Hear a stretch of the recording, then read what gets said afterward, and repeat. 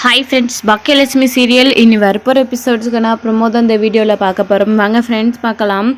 இப்போது கோபி இருந்துக்கிட்டு ராதிகா கிட்டே நீங்கள் எதுக்காகமா போய் இப்படி கேட்டீங்க அப்படின்னு சொல்லிட்டு ஈஸ்வரி மேலே கோவப்படுறாங்க. இதே மாதிரி நீங்கள் பாக்கியா கிட்டே எதுவும் கேட்கல, அவங்கக்கிட்டேயும் போய் ஏதாச்சும் கேட்டு வைக்காதீங்க அப்படின்னு சொல்லிட்டு கோபி சொல்கிறாங்க. நம்ம ஈஸ்வரி ஏற்கனவே பாக்கியா கிட்டே கேட்டுட்டாங்க, இதனால் திருன்னு முழிக்கிறாங்க. அதெல்லாம் எதுவும் கேட்கல அப்படின்னு சொல்லிட்டு போய் சொல்லிடுறாங்க. இப்போது அவங்க கோபி கிளம்பி போனதுக்கப்புறமா நம்ம என்ன முயற்சி பண்ணாலையும் கோபிக்கு ஒரு துணை தேடி தரவே முடியல, பாக்கியாவும் முடியாதுன்னு சொல்லிட்டா, ராதிகாவும் முடியாதுன்னு சொல்லிட்டா. இப்போ என்ன தான் பண்ணுறது அப்படி சொல்லிட்டு நம்ம ஈஸ்வரி இருந்துக்கிட்டு யோசிச்சுக்கிட்டு இருக்காங்க. இப்போ தான் பாக்கியா மேலேருந்து கீழே வராங்க. அப்புறம் எல்லாம் சமைச்சு முடிச்சுட்டு நைட் சாப்பிட்லாம் வாங்காத்த அப்படி சொல்லிட்டு கூப்பிட்றாங்க. இப்போ செலியன் ஜெனி எல்லாரையும் கூப்பிட்றாங்க. இப்போ தான் ஈஸ்வரியும் சாப்பிட போகிறாங்க. அங்கே போயிட்டு பாக்கியா எல்லாத்தையும் எடுத்து வச்சு பரிமாறிக்கிட்டு இருக்காங்க. ஏன் பாக்கியா ஒரு மாதிரியாக இருக்க அப்படி சொல்லிட்டு ஈஸ்வரி கேட்டுக்கிட்டு இருக்காங்க. ஒன்றும் இல்லாத்த அப்படி சொல்லிட்டு, இல்லையே உன் முகமே ஒரு மாதிரியாக இருக்கே அப்படி சொல்லிட்டு கேட்குறாங்க. இல்லாத்த நீங்கள் எதுக்காக அத்தை என்கிட்ட கேட்ட மாதிரி ராதிகா கிட்டேயும் கேட்டீங்க, நீங்கள் அது விஷயமா தானே பேசிகிட்டு இருந்தீங்க, நீங்களும் உங்கள் பிள்ளையும். நீங்கள் எதுக்காக ராதிகா கிட்டே போய் அப்படி கேட்டீங்க, நானே முடியாதுன்னு சொல்லிட்டப்போ அவங்க மட்டும் எப்படி சேர்ந்து வாழ்வாங்க அப்படின்னு சொல்லிட்டு பாக்கியா கேட்குறாங்க. இப்போது ஈஸ்வரி இருந்துக்கிட்டு, இல்லை அது பாக்கியா, அதுதான் எனக்கு அடுத்தது என் பிள்ளைய யார் பார்த்துப்பாங்கன்ற ஒரு கவலை தான் எனக்கு அப்படி சொல்லிட்டு ஈஸ்வரி சொல்கிறாங்க. அதுதான் அத்தை, அவங்களுக்கு பசங்க 3 பேர் இருக்காங்க, அவங்க பார்த்துப்பாங்க, நீங்கள் கவலைப்படாமல் இருங்க அத்தை அப்படி சொல்லிட்டு, நான் இருக்கிற கொஞ்ச நாளில் கோபி நல்லா இருக்கணும்னு ஆசைப்பட்டேன், என்ன பண்ணுறது அதுதான் முடியாமல் போயிடுச்சு அப்படி சொல்லிட்டு ஈஸ்வரி வருத்தப்படுறாங்க. பாக்கியா இருந்துக்கிட்டு, நீங்கள் ரொம்ப நாளைக்கு நல்லா இருப்பீங்க அத்தை, உங்களுக்கு எந்த பிரச்சனையும் இருக்காது, அதெல்லாம் நீங்கள் கவலைப்பட்டு டென்ஷன் ஆயிருக்காதீங்க அப்படி சொல்லிக்கிட்டு இருக்காங்க. நம்ம பாக்கியம் பார்த்திங்கன்னா, எதை பற்றியும் கவலைப்படாமல் சாப்பிடுங்க அத்தை அப்படின்னு சொல்லிக்கிட்டு இருக்காங்க.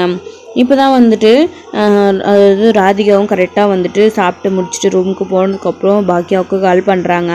கால் பண்ணி ஈஸ்வரி கேட்ட எல்லா விஷயங்களும் சொல்லிக்கிட்டு இருக்காங்க. என்கிட்டையும் முதல்ல அத்தை கேட்டாங்க, ஆனால் எனக்கு விருப்பம் இல்லை அப்படின்னு நான் சொல்லிட்டேன் அப்படின்னு சொல்கிறாங்க. நீங்கள் கேட்டு விருப்பம் இல்லை அப்படின்னு சொன்னதுனால தான் உடனே எனக்கு கால் பண்ணி வர வச்சு என்கிட்ட பேசினாங்க அம்மா அப்படி சொல்லிட்டு ராதிகாவும் சொல்கிறாங்க. அவங்களுக்கு அவங்க பிள்ளை மேலே அக்கறை, அவங்க பிள்ளை தனியாகிடுவான் அப்படின்னு சொல்லிட்டு கவலைப்படுறாங்க.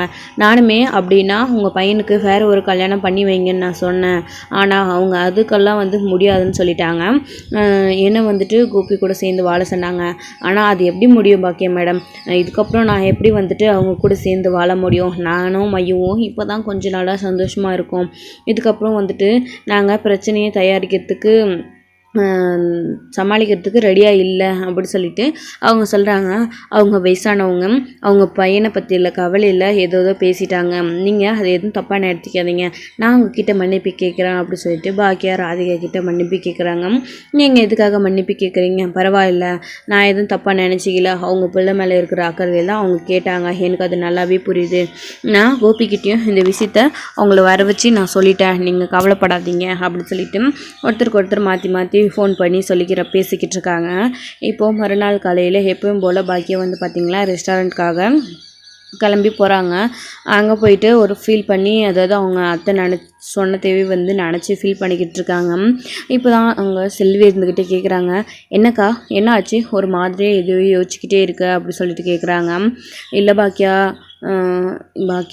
என்ன அப்படி சொல்லிட்டு கேட்டுக்கிட்டு இருக்காங்க. பாக்கியான்னு சொல்லிட்டு செல்வி கேட்டுக்கிட்டே இருக்காங்க.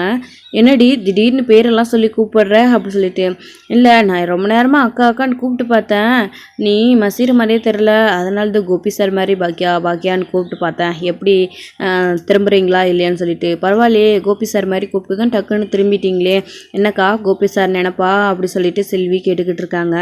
இங்கே பாரடி செல்வி, அதெல்லாம் எதுவும் இல்லை, அவர் ஏதோ ஒரு மனிதாபிமானத்தில் ஹோட்டலுக்கு சாப்பிட்டு போகணும் அப்படி சொல்லிட்டு தான் வந்தார்.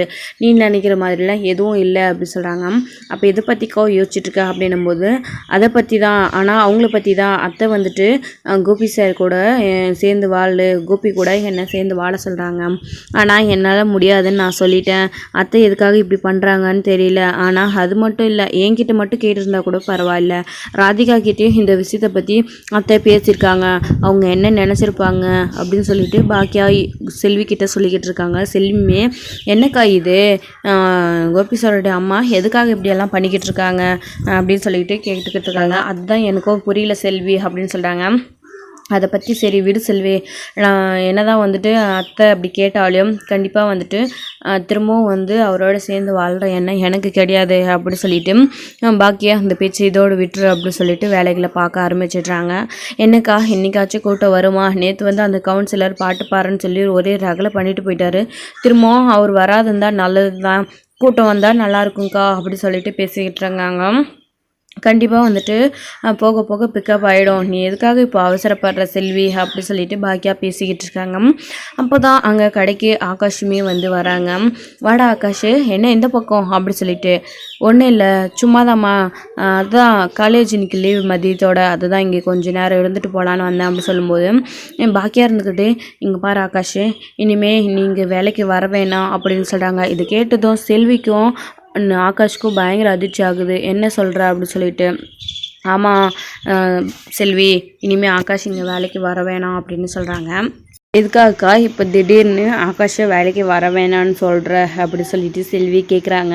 இங்கே பார் செல்வி, என்னை எதுவும் இப்போதைக்கு கேட்காத, ஆகாஷ் படிக்கிற பையன், இப்போது அவனுக்கு படிப்பு தான் ரொம்ப முக்கியம், அவன் அதில் மட்டும் கான்சன்ட்ரேட் பண்ணணும், கவனம் வந்து மாறி போகக்கூடாது, ஆகாஷ்க்கு வேலை மேலே அவன் படிக்கணும், அதில் தான் கவனம் செலுத்தணும் அப்படின்னு சொல்லி நம்ம பாக்கியா எதோ சொல்லிக்கிட்டு இருக்காங்க. இதனால் செல்வியுமே அக்கா நீங்கள் சொன்னீங்க அப்படின்னா அதுக்கு ஏதாச்சும் ஒரு அர்த்தம் இருக்கும், கண்டிப்பாக இனிமேல் ஆகாஷ் இங்கே வரமாட்டாங்க்கா அப்படின்னு சொல்லிட்டு பாக்கியா கிட்டே சொல்லிடுறாங்க. செல்வியும் நீ வீட்டுக்கு கிளம்பு ஆகாஷ், வீட்டில் போயிட்டு இரு, நான் வேலையை முடிச்சுட்டு வந்துடுறேன் அப்படின்னு சொல்லிட்டு ஆகாஷ் அங்கேருந்து கிளம்பி போயிடுறாங்க.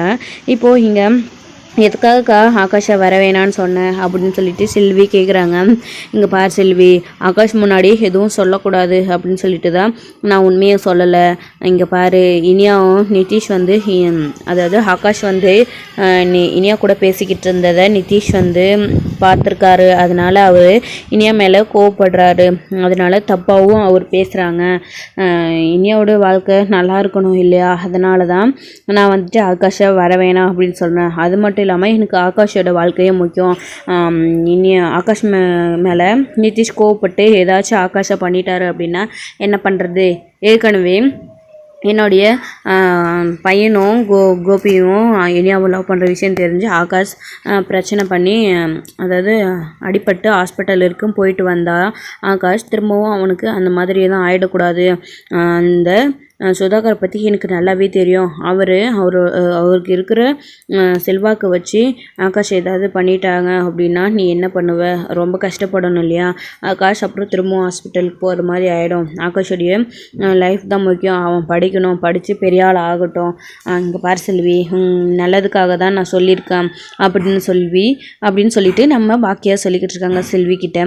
செல்வியுமே எனக்கு புரியுதுக்கா, நான் இனிமேல் ஆகாஷ் இந்த பக்கமே வரவிட மாட்டேன், உனக்கு பிரச்சனை அப்படின்னா சொல்லுக்கா, நானும் வேணும்னா இங்கே வராமல் நின்றுடுறேன் கடையிலேருந்து, நான் ஏதாச்சும் வேலை தேடி போய்க்கிறேன் அப்படி சொல்லிட்டு சொல்கிறாங்க. இல்லை செல்வி, நீ எல்லாம் எங்கேயும் போக வேணாம், நீ இங்கே இரு, ஆகாஷ் மட்டும் ஒரு கொஞ்ச நாளைக்கு இந்த பக்கம் வராமல் இருந்தால் சரி, இந்த பிரச்சனையெல்லாம் ஆற போட்டதுக்கப்புறம் இனியாவோட லைஃப் ரொம்ப முக்கியம் இல்லையா, நிதிஷுக்கும் இனியாவுக்கும் அப்புறம் சண்டை வந்துடுச்சு அப்படின்னா நம்மளால் எதுவுமே பண்ண முடியாது, நிலைமை கையை மீறி போயிடும், அதனால தான் சொல்கிறேன், புரிஞ்சுக்கோ செல்வி அப்படின்னு சொல்கிறாங்க. நீ எதுக்குக்கா இப்போ புரிஞ்சுக்கோ அப்படின்னு சொல்லிட்டு என்கிட்ட கெஞ்சிக்கிட்டு இருக்க, நீ வர வேணான்னு சொன்னால் நான் வரவிட மாட்டேன் ஆகாஷை, எதுக்காக நீ இப்படியெல்லாம் பேசிக்கிட்டு இருக்க, பரவாயில்ல வீடுக்கா அப்படி சொல்கிறாங்க. சரி செல்வி, வேணும்னா நம்ம ஆகாஷ்க்கு வேற எங்கேயாச்சும் கூட ஒரு வேலை தேடித்தர, உனக்கு ஹெல்ப்ஃபுல்லாக இருக்கும், நீ கவலைப்படாத அப்படி சொல்கிறாங்க. சரிக்கா அப்படி சொல்லிட்டு வேலையை பார்த்துக்கிட்டு இருக்காங்க. எப்பயும் போல் கடைக்கு கஸ்டமர்ஸ் வர ஆரம்பிக்கிறாங்க, அது எல்லாத்தையுமே வந்து ஆரம்பிக்கிறாங்க. இப்போது ஃபோன் பண்ணுறாங்க. இனியாக்கிட்டேயுமே பேசுகிறாங்க.